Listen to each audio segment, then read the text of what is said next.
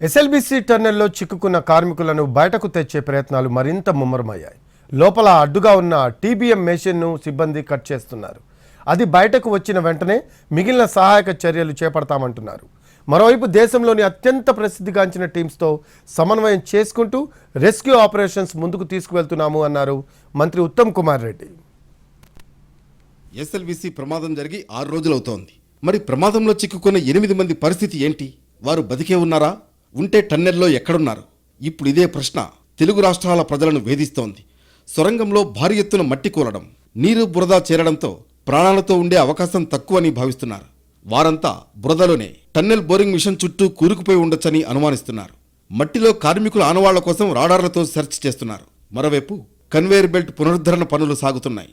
మరోవైపు కార్మికుల్ని కాపాడేందుకు టన్నెల్ బోరింగ్ మిషన్ అడ్డంకిగా మారడంతో దాన్ని కట్ చేస్తున్నారు సిబ్బంది. దాని నుంచి వస్తున్న వ్యర్థాలు అక్కడ ఉన్న సిల్ట్ను సైతం బయటకు పంపిస్తున్నారు.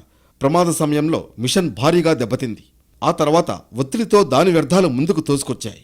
దాన్ని దాటి వెళితే గానీ కార్మికుల్ని కాపాడే ప్రయత్నాలు ఫలించవు. అందుకే మిషన్ కట్ చేస్తూ ముందుకు వెళ్లే ప్రయత్నాలు చేస్తున్నారు సిబ్బంది. దేశ విదేశాల్లోని టన్నెల్ నిపుణులతో సమన్వయం చేస్తూ ముందుకు వెళుతున్నామన్నారు మంత్రి ఉత్తమ్ కుమార్ రెడ్డి. 11-12 ఏజెన్సీలను కోఆర్డినేట్ చేసి యూనిఫైడ్ కమాండ్గా పనులు చేస్తున్నామన్నారు. 2-3 రోజుల్లో రెస్క్యూ పనులు పూర్తి చేస్తామని విశ్వాసం వ్యక్తం చేశారు. ఎస్ఎల్బీసీ పనులు పూర్తి చేయాలన్న దృఢ సంకల్పంతో పనులు చేపడుతున్నామన్నారు.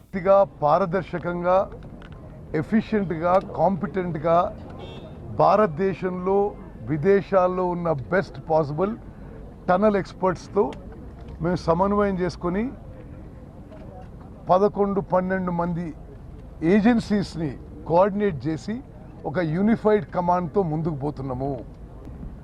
2-3 రోజుల్లో రెస్క్యూ అండ్ రిలీఫ్ ఆపరేషన్స్ పూర్తి చేస్తాము. మరోవైపు గత పాలకులు టన్నెల్ పనులకు సరిగ్గా నిధులు మంజూరు చేయకపోవడంతోనే అది పూర్తి కాని పరిస్థితి ఉందన్నారు మంత్రి ఉత్తమ్. తాము టన్నెల్ పనులను పూర్తి చేస్తామన్నారు. అయితే టన్నెల్ చివరి వరకు వెళ్లిన 8 మంది కార్మికుల ఆచూకీ లభ్యం కాలేదని, బురదలో కూరుకుని చనిపోయి ఉంటారని టీబీఎం టన్నెల్ మెషిన్ ప్రతినిధులు అనుమానిస్తున్నారు. మృతదేహాలు బయటకు తీసిన తర్వాత ప్రాజెక్టు కొనసాగించేది లేనిది ప్రభుత్వంతో చర్చించి నిర్ణయం తీసుకుంటామన్నారు.